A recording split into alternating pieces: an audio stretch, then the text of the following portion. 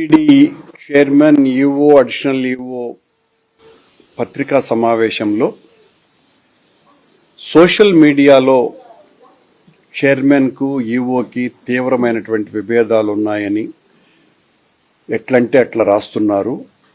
ఇది చాలా తప్పు. మా మధ్యన ఏ విభేదాలు లేవు. మేము రామలక్ష్మణుల వల్లే చాలా చక్కగా సంయమనంతో పనిచేసుకుంటున్నామని ఉటంకించినారు.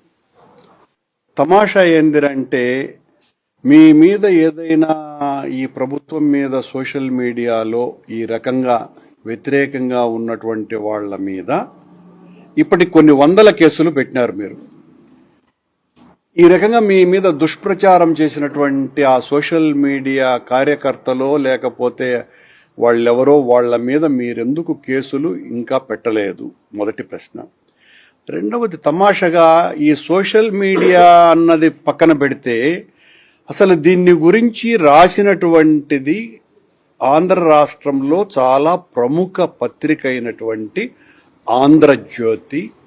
అంతే కూడా కాకుండా ఆ సంస్థకు మేనేజింగ్ డైరెక్టర్ అయినటువంటి రాధాకృష్ణ గారు ఓ ఫుల్ పేజీలో మీ మధ్యన ఉన్నటువంటి విభేదాల గురించి ఎంత సుస్పష్టంగా రాసినారో అందరికీ ఆంధ్ర రాష్ట్రం అంతా ఇరు రాష్ట్రాలు చదివినాయి. అలాగే పతాక శీర్షికలలో మీరు నువ్వు అని కాట్లాడుకున్నారు అన్నటువంటి విషయాన్ని కూడా చాలా ప్రముఖంగా ఆంధ్రజ్యోతిలోనే రాయటం జరిగింది. అసలు దీన్ని హైలైట్ చేసింది, మొదట గుర్తించి రాసిందే ఆంధ్రజ్యోతి పత్రిక. ఆంధ్రజ్యోతి పత్రిక రాస్తే మీరు సోషల్ మీడియాలో ఈ రకంగా వస్తోంది అని చెప్పటం ఏంటి? చైర్మన్ గారు కానీ కావచ్చు, లేకపోతే ఈఓ గారు మీరు ఈ రకంగా మాట్లాడడం ఏంటి? మీ మీద రాసింది ఆంధ్రజ్యోతి పత్రిక, ఏబిఎన్ ఆంధ్రజ్యోతి ఛానల్ కాదు. ఆంధ్రజ్యోతి తప్పు రాసింది. ఆంధ్రజ్యోతి ఈ రకంగా రాయటం మీద మేము డెఫమేషన్ వేస్తాము అని మీరు గట్టిగా మాట్లాడేటువంటి ధైర్యం మీకున్నదా?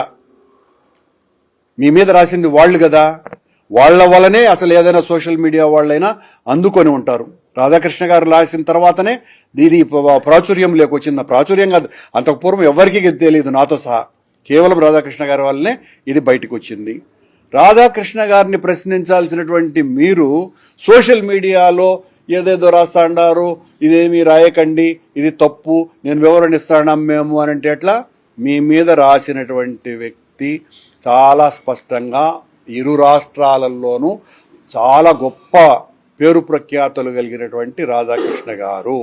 రాధాకృష్ణ గారి పేరు చెప్పకుండా మీరు మాట్లాడడం ఏమాత్రమైనా సబబా? ఈ ప్రశ్నకు సమాధానం చెప్పవలసినటువంటి బాధ్యత చైర్మన్ గారికి, ఈఓ గారికి ఉన్నది.